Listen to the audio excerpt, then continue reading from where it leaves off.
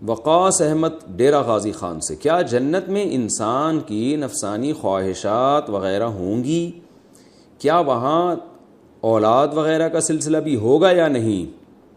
جناب وقاص احمد، جنت کے بارے میں قرآن مجید نے صاف کہہ دیا وفیہا ما تشتہی انفسکم،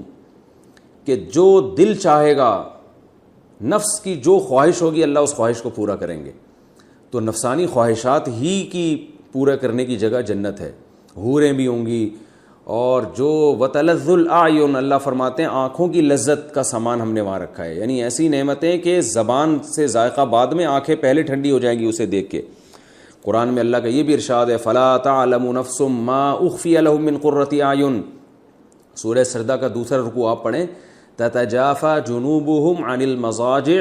اللہ فرماتے ہیں ہمارے نیک بندے رات کو ان کے پہلو ان کے بستر سے جدا ہو جاتے ہیں، یدعون ربهم خوفا وطمعا، اپنے رب کو جہنم کے خوف سے اور جنت کی لالچ میں یہ پکارتے ہیں، وَمِمَّا رَزَقْنَاهُمْ يُنْفِقُونَ، اور دن میں کیا کرتے ہیں؟ جو رزق ہم نے دیا اس میں سے صدقات و خیرات کرتے ہیں، اللہ کی راہ میں خرچ کرتے ہیں۔ تو اللہ فرماتے ہیں جس نے یہ دو کام کر لیے، نماز کو زندہ کیا اور اللہ سے دعائیں مانگی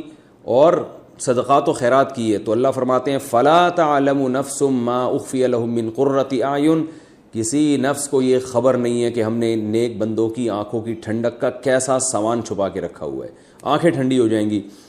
تو حدیث میں بھی یہی مضمون ہے، قرآن میں بھی یہی مضمون ہے کہ جو چاہیں گے انشاءاللہ وہاں آپ کی ہر خواہش پوری ہوگی، اللہ ہم سب کو وہاں لے جائے۔ اولاد کا سلسلہ ہوگا، جی ہاں، حدیث میں آتا ہے جس کے جنتی کو جنت میں کسی جوڑے کو اگر اولاد چاہیے ہوگی تو ایک ہی دن میں اللہ ان کو اولاد بھی دے دیں گے۔ لیکن فیملی پلاننگ والے بڑے پریشان ہوں گے، یار یہ سیٹ اپ یہاں بھی شروع ہو گیا، اتنی مشکل سے دنیا میں ختم کیا تھا ہم نے۔